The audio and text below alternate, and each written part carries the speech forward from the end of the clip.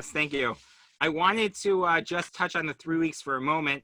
First of all, as tomorrow is the fast day, it's important that everyone takes the right precautions and make sure that they do whatever they can to stay healthy. Um, I want to add, particularly this year, if anyone is sick or is feeling sick, one should not fast tomorrow. If someone has tested positive for COVID or fears that they might be in a situation where they could, they should not fast. And if anyone is nursing or pregnant, they shouldn't fast as well.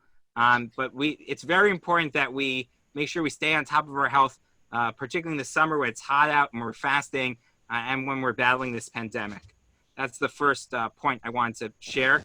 The second is just a general note. As we enter the 3 weeks, it's a somber time where we reflect on the brokenness of our world, the lack of the Mikdash, of the temple, of destruction, the lack of God's divine revelation in our lives. And while that's the case most of the time, this year it's already a somber time. And many of the activities that we would curtail as a sign of mourning, we've already been experiencing for many months. And I think it's important to note, particularly as we go into this time this year, not to overdo it. And that, of course, we should keep and continue, the halachot and the laws that apply to the 3 weeks.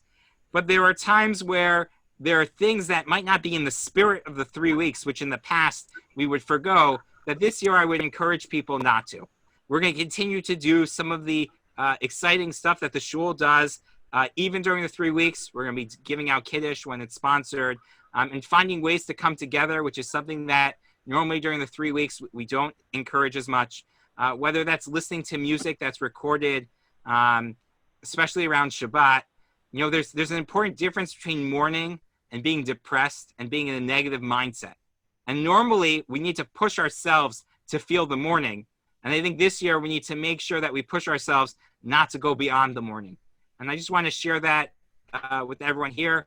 And just as we share that around the community, it's a very important perspective as we go into these 3 weeks. Thank you, Shane.